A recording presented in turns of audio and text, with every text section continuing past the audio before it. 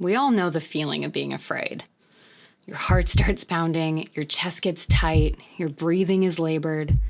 You feel a sense of overwhelm and dread swirling in your brain and literally or metaphorically stop in your tracks. You instantly want to run away or shut down, and as the hairs on your neck stand up tall, you close your eyes and wait for it to be over. But what are we actually afraid of? And why does it cause this response?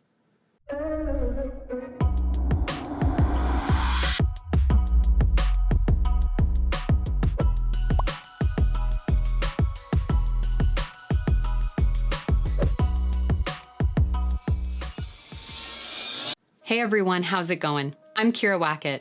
Thanks for joining me for another video as we work to empower and equip you with the confidence and skills to write your own story so that you can live your life on purpose. In this episode, we'll define fear, what it is, why we feel it, and what we can start to do about it.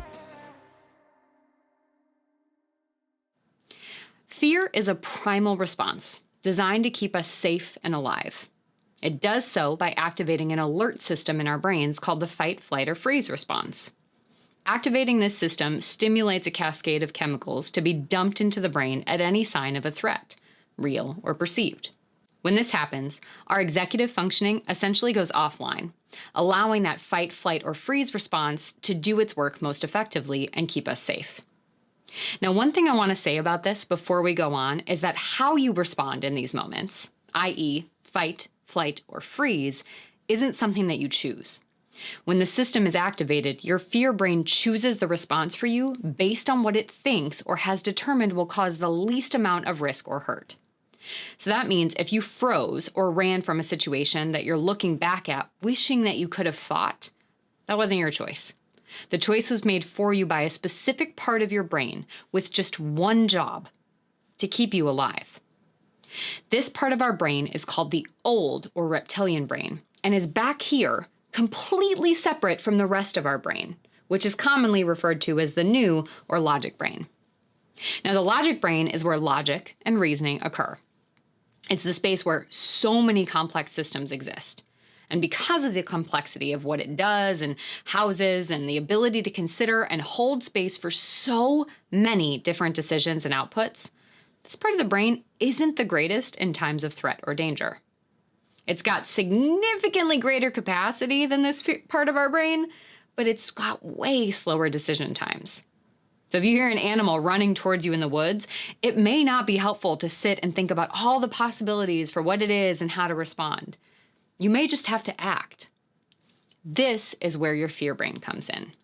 See, while your logic brain is trying to decipher, oh my gosh, was that noise? Could have been a squirrel, might be a bear, could it be a moose? And also recall what you learned from your Scout survival guide on wilderness survival. Do you play dead? Do you get big? Do you climb a tree? Do you run? Your fear brain goes, we're just going to act. It's a survival and preservation technique designed to keep you alive in times of imminent danger when this part of our brain is still busy just thinking about things.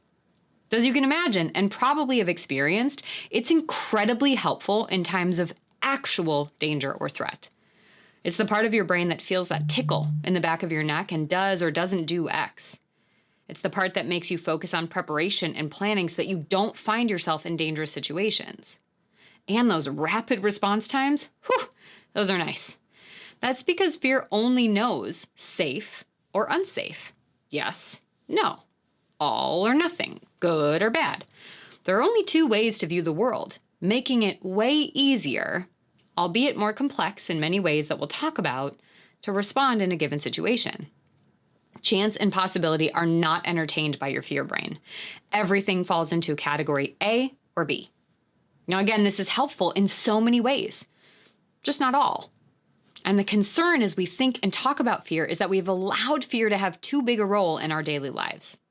Not everything is a threat. Not all fears are rooted in objective possibility, and sometimes bad things can and need to happen. This is especially true in our work against shame.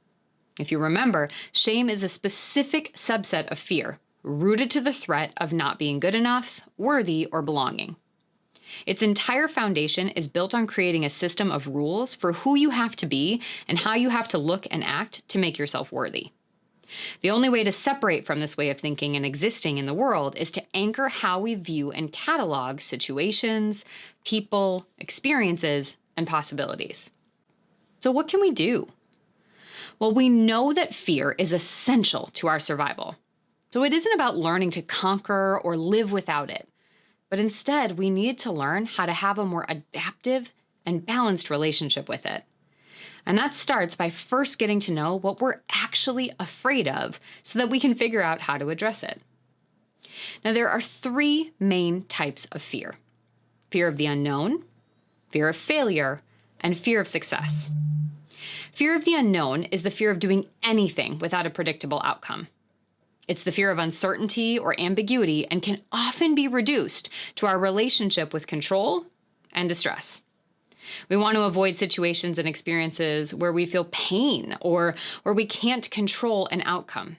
And as such, we avoid anything that would require us to be in a position where we're vulnerable to that. Over time, this leads us to become risk avoidant in interpersonal relationships. We fear creativity, and we anchor our choices on the values, needs, and wants of others versus our own. Second is the fear of failure. And fear of failure is, more specifically, the fear of judgment. Think about it. If you were going to bake a souffle for the first time and it didn't work out, would you rather it happen when you're alone or when a dozen people are over? That's because we're afraid of how others will view our failure. This is deeply rooted in our shame and overvaluing of external validation and conformity. Over time, this leads us to avoid anything new. It stops us from pursuing our dreams or setting goals that align with our values. Like the fear of the unknown, it shifts our focus from what we need, want, believe, and dream to those points of others. We make ourselves in service of those around us and erode those pieces of our own, resulting in a fine life or a life of complacency and existence. And finally, there's the fear of success, which is really the fear of failure. See, the fear of success is the fear of being seen. It's the fear of not being able to keep up, and it's the root of imposter syndrome. And this idea that somehow success doesn't belong to you or that you're trapped in it. We worry that we could lose it, be found out or seen as undeserving, or that we could never live up to the expectations put on us alongside the success.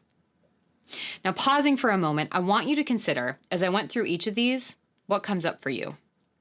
What fears fall into each of these categories? Make a list, put the categories on a sheet of paper, all three of them, and name everything that comes up under them from your past and your present life. Ask yourself how you've responded to these fears and notice how they've impacted how you show up and engage in your life overall. Once we understand what we're afraid of, now we can move to step 2, which is finding its roots, or more specifically, where it came from. What led you to fear X or avoid Y? When have you had past experiences where things went wrong, which led your brain to assume they always will? In short, get to know the way that shame found its entry point into your life. What stopped you from asking for a raise or countering a job offer? What made you fear telling your partner what you do and don't like during sex? What stops you from trying something new? What are you afraid will happen if you end a relationship that is no longer serving you, or set boundaries so that you are no longer reducing your life to what you do, but focusing on your whole self? I use a technique here called vertical descent, which starts with whatever the surface fear is. So we'll say maybe, for example, asking for a raise. And then we play it through to the end to get to the innermost core of what the root is of our fear. So why would asking for a raise be bad? What could go wrong? I don't know, someone could say no or think I'm undeserving. I might be seen as greedy or ungrateful.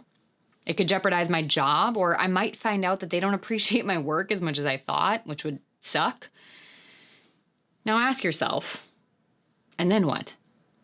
I don't know, perhaps I worry about being judged by others or being othered in the workplace. I might worry about people finding out I asked or asserted my needs and then feel embarrassed for even trying. Okay, and then what? And if we keep going through this cycle and we ask ourselves over and over again, we're going to eventually land on that root fear, which is connected to our core beliefs about what we've told ourselves about who we are and what our worth is. So maybe in this case, I might face rejection or find out that I don't belong. This part of the work is challenging to sit in. And again, remind yourself that true survival-based fears are not the ones that we want to explore here. We're interested in the fears that have gotten away from us or the ones that are stopping us from living our best life. I still want my fear brain to kick in when I hear something in the woods or see a stranger approaching me in the dark. I just don't need it driving the bus when I'm just giving my preference for where we order lunch, sharing a painting I made with a friend, or making a dentist appointment to address the tooth pain I've been feeling for the last few weeks. Once you've gone through this step, we'll move on to part 3, where you can start to assess each of the possibilities of what could happen and start to consider the likelihood that they would happen. And if they did, draft a story in which you can move through it and see yourself getting to a place that you feel okay. This is incredibly important, as one of the things that fear does is truncate our stories, which means ends them prematurely. We get afraid of X, and then we shut down instead of saying, X could happen, and then we could move through it and be okay. This might suck temporarily, but our story doesn't end here. So for example, if you're afraid that if you say no to a meeting request, you'll lose your job, how likely is that possibility? If you worry that telling your partner you don't like the gift they got you will cause a huge fight and they'll be mad at you, how true does that feel on a 0 to 100% scale? Do you fear that starting a business will only result in failure? Now ask yourselves, are there any alternatives, positive or neutral? And list each of those below. So for example, is there a chance that you'll simply say no to a meeting request and no one will be upset or push it? Is there a chance your business might succeed? Follow the same 0 to 100% rating process with these and consider how likely these other alternatives are in the realm of possibilities and outcomes. Then once you've done that, you're going to take some time and reflect on the following questions. How is this fear impacting your life? Is it holding you back? Does it stop you from being honest with yourself and with others? Is it making you happy? Who do you become when you believe these fears to be true, and what would you be able to do without them? What outcomes might arise from this? So for example, if you were to be honest with your partner about the gift they got you, might they be grateful you were honest with them and that they didn't spend their money on something you didn't want? If you said no to a meeting request, might you get that hour back in your calendar to catch up on other projects? What do you need to let go of with the fears that you have to move forward? Consider what you might need from yourself and or from those around you. Now, I want to note there's no end point that you can get to where fear will be eliminated in any of these processes. If you get to that point, you're not doing anything new or different. Fear is associated with any change, so daring to do something new or different or choosing to go for something that we want will lead to fear. And finally, we need to start testing our hypothesis. Your fear brain is driven by possibility and uncertainty, and limited by a skewed set of experiences. So instead of truncating your story, see it through. Test your assumptions. I like to tell people to force their fear brain to prove it.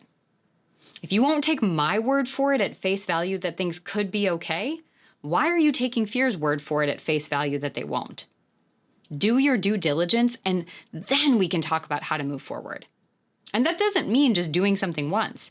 We need to test the validity and reliability of an outcome before we draw conclusions. All right, now with that, it is time to put all this into practice. So be sure to share your insights, questions, and experimental outcomes with us down in the chat, and take a look at the video notes to get a worksheet that I made that covers all of this content with some of those reflection pieces for you to go deeper on, as well as a few other resources that I put together on fear and distress tolerance. If you like what you're hearing, be sure to like, subscribe, and get an alert every time there is new awesomeness to check out to stop you from having to check back or hold all of that in your brain space. And if you want to stay in the know on all things Adversity Rising, subscribe to my email list. I put a link for you down in the show notes. Thank you so much for being here with me today. Learning about our fears and what we can start to do to dismantle them, or at least put them into a perspective that fits our entire self, is really hard. It's difficult and scary and overwhelming in its own right, and you did it, and you showed up to this space. So I want to honor that in you. And just remember, you deserve to write your own story. So let's go get that pen back.